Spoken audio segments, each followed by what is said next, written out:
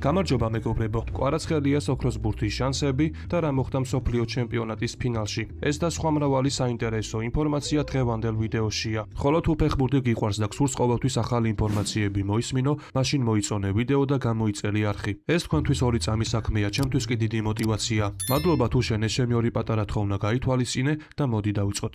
2026 წლის მსოფლიო ჩემპიონატი დასრულდა. ესპანეთმა ფინალში არგენტინა დაამარცხა და მსოფლიო ჩემპიონი გახდა. ამ შედეგმა კი ოქროს ბურთისთვის ბრძოლაში არსებული სურათის მნიშვნელოვნად შეცვალა. ტურნირის გადამწყვეტ ეტაპებზე ლიონელ მესის პოზიციები ძალიან გაძლიერდა. 39 წლის არგენტინელი საკუთარ ნაკრებს ფინალამდე გაუძღვა. გადამწყვეტ მატჩებში გოლები და საგოლე გადაცემები დააგროვა და გარკვეული პერიოდის განმავლობაში ისე ჩანდა, რომ მსოფლიო ჩემპიონობის შემთხვევაში მეცხრე ოქროს ბურთის მთავარი ფავორიტიც გახდებოდა. თუმცა ფინალში მარცხმა ყველაზე ძლიერი არგუმენტი წაართვა. მესი საოცარი მსოფლიო ჩემპიონატის მიუხედავად ტურნირს მეორე ადგილზე ასრულებს. ეს მის მიერ გაკეთებულს არ აუფასურებს, მაგრამ ოქროს ბურთის მოგების შანსს მნიშვნელოვნად ამცირებს და სწორედ ამ ფონზე კვარაცხელიას შანსებზე საუბარი თავიდან უნდა დაიწყოს. კვარას ყოფილმა მწვრთნელმა იური სიომინმა ჯერ კიდევ ფინალამდე პირდაპირ თქვა: მესი საოცარ მსოფლიო ჩემპიონატს ატარებს, მაგრამ პირადად ჩემთვის ოქროს ბურთისთვის ბრძოლაში ფავორიტი კვარაცხელია. ის პარი სენ-ჟერმენის ლიდერია, ჩემპიონთა ლიგა მოიგო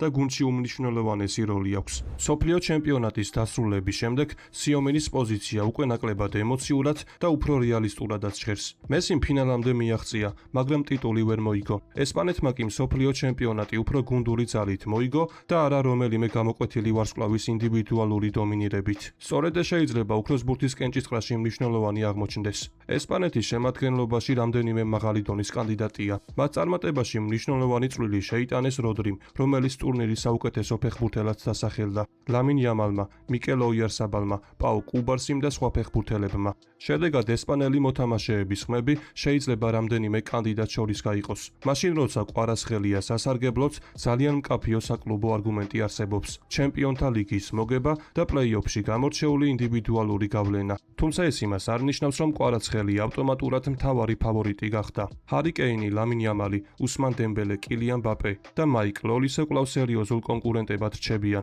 თუმცა ახლა უკვე რთული იქნება იმის თქმა, რომ მსოფლიო ჩემპიონატმა ყველაფერი საბოლოოდ გადაწყვიტა. ფრანჩესკო ტოტი ამბობდა: ვინც მსოფლიო ჩემპიონატს მოიგებს, ოქროს ბურთსაც ის მიიღებს. მაგრამ ეს ფორმულა მხოლოდ იმ შემთხვევაში იმუშავებდა მარტივად, ესპანეთს რომ ტურნირის ერთი აშკარა სახე ჰყოლოდა. დღეს კი ოქროს ბურთის ამომრჩევლებს მოუწევთ გადაწყვიტონ, უპირატესობა მიანიჭონ მსოფლიო ჩემპიონი გუნდის ერთ-ერთ გამორჩეულ წევრს, თუ ფეხბურთელს, რომელმაც საკლუბო სეზონის მთავარი ტურნირი ინდივიდუალურად განსაკუთრებულ დონეზე ჩაატარა. სწორედ ამიტომ კვარაცხელიასთვის ახალი სეზონის ძლიერი დასაწყისის ფსიქოლოგიურად მნიშვნელოვანი შეიძლება აღმოჩნდეს. თუ ხვიჩა იმავე ფორმით დაბრუნდა, კვლავ PSG შეტევის მთავარი ფიგურა იქნება და პირველივე მატჩებიდან გოლებითა და ასისტებით გამოირჩევა, მის გარშემო არსებული მხარდაჭერა კიდევ უფრო გაიზრდება. ერთ-ერთი ფრანგული საფეხბურთო გვერდი კი წერდა: მან სექტემბრიდან მაისამდე მთელი ევროპა დაატეროლა და ახლა გინდათ წაართვათ ის, რაც გააკეთა? სირცხვილია. მსოფლიო ჩემპიონატის დასრულების შემდეგ კი ეს შეკითხვა კიდევ უფრო აქტუალური ხდება. ამიტომ ახლა კენჭისყრისას ისევ მთელი სეზონის შეფასება გახდება საჭირო. ახლა კი თქვენი აზრი მაინტერესებს.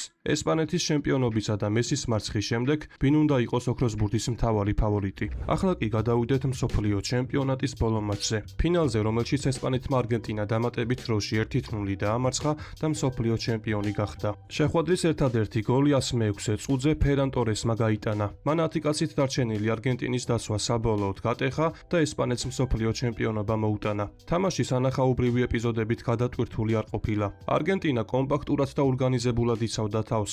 ესპანეთი კი ბურთს მოთმინებით, ნელი და კომბინაციური შეტევებით ათამაშებდა. ფურიაროხა თამაშს აკონტროლებდა. არგენტინამ დიდხანს გაძლო, მაგრამ დამატებით დროში ზეწოლას ვეღარ გაუმკლავდა. ფერან ტორესი საჭირო მომენტში გამოჩნდა და ესპანეთისთვის ისტორიული გამარჯვება გაიფორმა.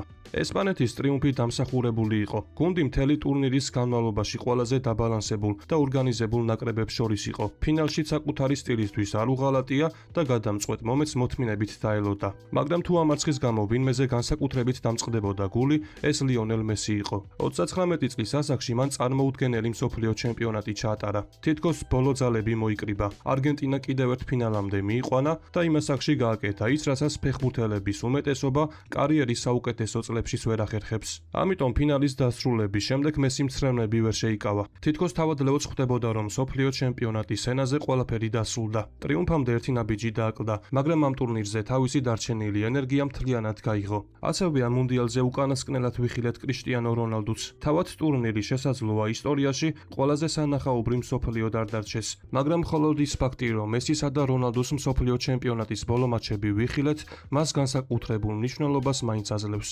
შეხვედრის შემდეგ კი ლიონელ სკალონი ემოციებს ვერ მალავდა. დამწუხრებული ვარ, მაგრამ პირველ რიგში უსაზღვროდ მადლიერი ვარ ფეხბურთელების, რადგან ფინალში გასვლა წარმოუდგენელ შრომას მოითხოვს. გამარჯვების დროს დიდებულები ვიყავით და მარცხის დროსაც ასე უნდა მოვიქცეთ. არ უნდა დაგვავიწყდეს რას მივაღწიეთ. დღეს მოედანზე ყველაფერი გავიღეთ. მადლობას ვუხდი ბიჭებს, ისინი ნამდვილი მეომრები არიან. ქონდა ტრავმები საკვანძო პოზიციებზე, რისი წინასწარ განზრახვაც შეუძლებელია. ვამაყობ იმით, როგორ ვიასპარეზეთ ამ მსოფლიო ჩემპიონატზე. როდესაც გოლი გაგვიტანეს, გადავწყვიტეთ, რომ შეტევაში უნდა წავსულიყავით და მომენტი შეგვექმნა. ულოცავ ესპანეთს დამსახურებულ გამარჯვებას. ჩემი ფეხბურთელებისთვის მადლობის მეტი არაფერი მაქვს ათქმელი. მესი 39 წლისა, ის უბრალოდ წარმოუდგენელია. ყოველთვის ვიცოდი, რომ იმდენ ხანს ითამაშებდა და რამდენსაც თავად მოისურვებდა. იმედი არგენტინელი ხალხი მისით და ჩვენი გუნდით ამაყობს. ჩემი აზრით, მესი ყველა დროის საუკეთესო ფეხბურთელია, განაცხადა სკალონი. აღსანიშნავია, რომ მსოფლიო ჩემპიონატის საუკეთესო ფეხბურთელად ესპანეთის ნახევარმცველი როდრი დასახელდა და ტურნირის ოქროს ბურთი მიიღო. მეორე ადგილი ლეო მესიმ დაიკავა და ვერცხლის ბურთი ერგო, ხოლო კილიან მბაპეს ბრინჯაოს ბურთი გადასცეს. ასევე მბაპემ ტურნირზე 10 გოლი გაიტანა, რითიც მან ოქროს ბურთი მოიგო. კილიანი კი ისტორიაში პირველი ფეხბურთელი გახდა, რომელმაც მსოფლიო ჩემპიონატის ოქროს ბურთი ორჯერ მოიპოვა. უნაი სიმონმა ოქროს ხელთათმანი მიიღო. საუკეთესო ახალგაზრდა ფეხბურთელად კი პაუ კუბარსი დასახელდა. თუმცა საფინალო სასტვენის შემდეგ სეიმი მალევე დაძაბულობაში გადაიზარდა. კამერებმა დააფიქსირეს, როგორ მივიდა ნიკოლას ოტამენდი როდრისთან და უთხრა: ლაპარაკი გეყო სულელო, თელეკვირის განმავლობაში ტიროდით, შენც და ლაპორტიც. საჯების გამო ტიროდით, ასე არ იქცევიან. როდრიმ კითხა, რას გულისხმობდა, რაზეც ოტამენდიმ ლაპორტის ფინალამდე გაკეთებული განცხადება შეახსენა. ესპანელი მცველი კი ფინალამდე ამბობდა. ბოლო შეხვედრებში ვნახეთ ისეთი ეპიზოდები, რომლებმაც ძალიან გაგვაკვირვა. ქმედებები, რომლებზეც თვალები დახუჭეს, განსაკუთრებით არგენტინის შემთხვევაში. ფეხბურთში ეს არ უნდა ხდებოდეს, მით უმეტეს ასეთ დიდ ტურნირზე, განაცხადა ესპანელმა.